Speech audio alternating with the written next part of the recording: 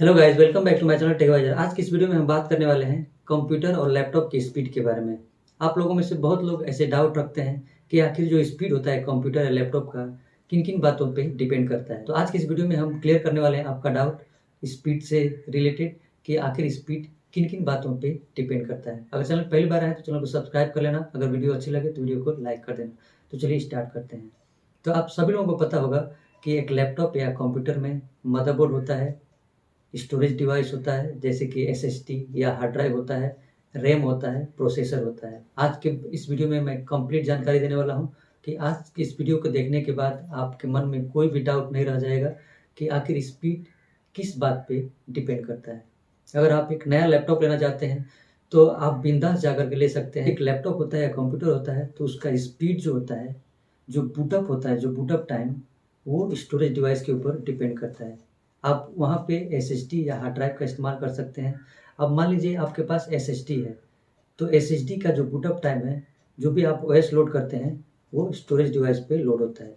तो आप मान लीजिए आपके कंप्यूटर में या लैपटॉप में एसएसडी कनेक्टेड है, तो जब भी आपके लैपटॉप में एसएसडी कनेक्टेड है और ओएस लोडेड है, तो उसका जो बूटअप टाइम होता है, वो नॉर्मली 10 टू 13 सेकेंड्स होता है। वहीं पे एसएसडी की जगह पे आप हार्ड ड्राइव कनेक्ट करते हैं और उस पे ओएस लोड करते हैं और अपने लैपटॉप को बूटअप करते हैं, तो वहाँ पे जो टाइम ड्यूरेशन है बूटअप का, वो ज़्यादा हो जाता है। 30 टू 40 सेकेंड, इवन 1 मिनट का भी टाइम ले लेता है बूट होने के लिए।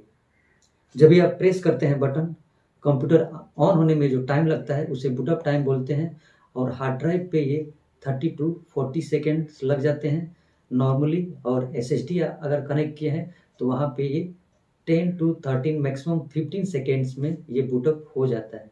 एसएसडी और हार्ड ड्राइव में बहुत ज़्यादा फ़र्क होता है, प्राइस में और उसके स्पीड में भी। अगर मान लीजिए आपके लैपटॉप या कंप्यूटर में हार्ड ड्राइव कनेक्टेड है, तो जो उसका डेटा का ट्रांसफ़र का स्पीड होता है जिसे बैंडविड्थ बोलते हैं।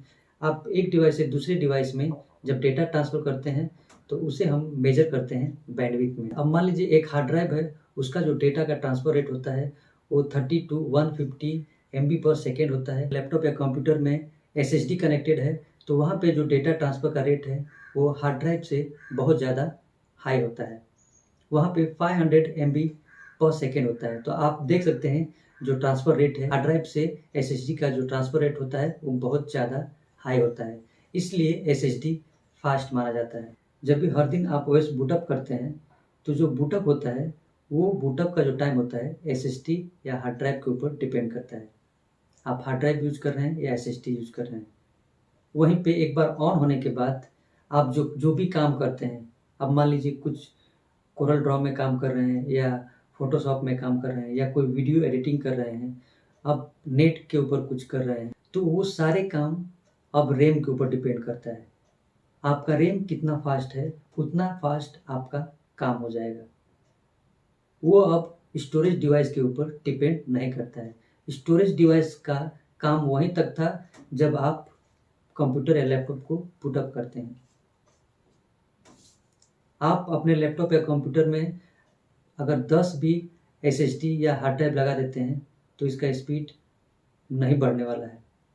तो जो स्पीड होता है वो रैम के ऊपर डिपेंड करता है। अब मार्केट में आप रैम लेने जाते हैं, तो मान लीजिए आपको कोई बोलेगा 8 जीबी का रैम चाहिए DDR4। तो अब DDR4 में रैम के अलग अलग फ्रिक्वेंसीज होते हैं।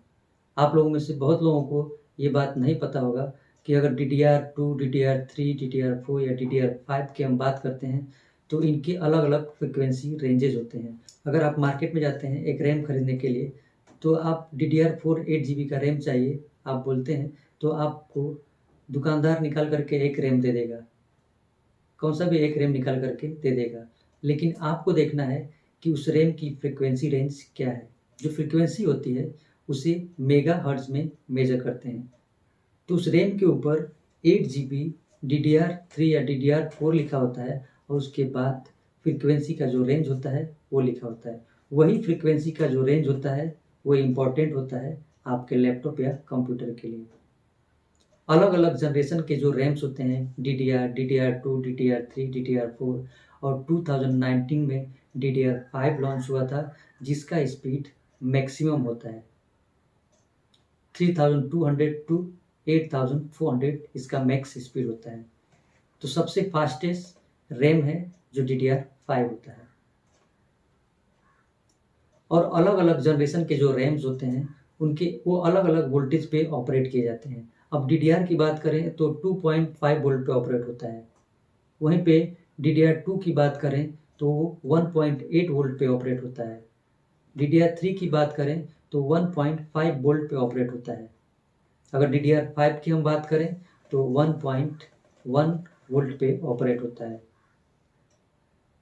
DDR4 1.2 वोल्ट पे ऑपरेट होता है। तो जो अलग अलग जनरेशन के रैम्स होते हैं उनके वोल्टेजेस भी डिफरेंट होते हैं। जो सबसे फास्टेस्ट रैम है वो है DDR5 जिसका स्पीड 3200 मेगाहर्ट्ज टू 8400 मेगाहर्ट्ज। तो जब भी आप एक कंप्यूटर या लैपटॉप लेते हैं तो आपको दुकानदार से बोलना होता है कि मुझे इस फ्रिक्वेंसी रेंज में रैम चाहिए, इस टाइप का मुझे SSD चाहिए। जो रैम होता है उसका फ्रिक्वेंसी बहुत ज़्यादा मैटर करता है आपके लैपटॉप या कंप्यूटर के स्पीड के ऊपर। आप जो भी एप्लीकेशन यूज़ करते हैं, आप बहुत बार नोटिस किए होंगे, कोई एप्लीकेशन आप यूज़ करते हैं और लैग होने लगता है, हैंग होने लगता है सिस्टम, आपका दिमाग ख़राब हो जाता है। तो ये सारी बातें डिपेंड करता है आपके रैम के ऊपर। तो जब भी आप दुकानदार के पास जाते हैं तो आप अगर DDR4 8 GB का रैम मांगेंगे तो उठा करके 1800 मेगाहर्ट्ज़ का भी आपको दे सकता है, 2000 का भी दे सकता है। तो आपको पूछना है कि मुझे 3200 मेगाहर्ट्ज़ का रैम चाहिए, तो आपको उस रेंज का रैम निकाल करके आपको देगा। अगर नहीं बोलेंगे, अगर आपको पता ही नहीं रहेगा तो आप पूछेंगे भी नहीं और आपको मिलेगा भी नहीं। फिर आप आकर के परेशान रहेंगे, ये तो सिस्टम मेरा बहुत लैग कर रहा है, बहुत स्लो चल रहा है, प्रॉब्लम कर रहा है।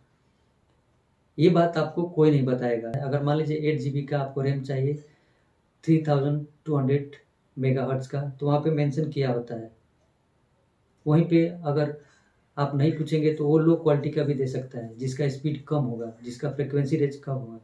तो आप अगर लैपटॉप या कंप्यूटर में यूज़ करते हैं तो आपका जो लैपटॉप या कंप्यूटर है वो स्लो चलेगा। जो कंप्यूटर या लैपटॉप का स्पीड होता है वो टोटली डिपेंड करता है आपके रैम के ऊपर।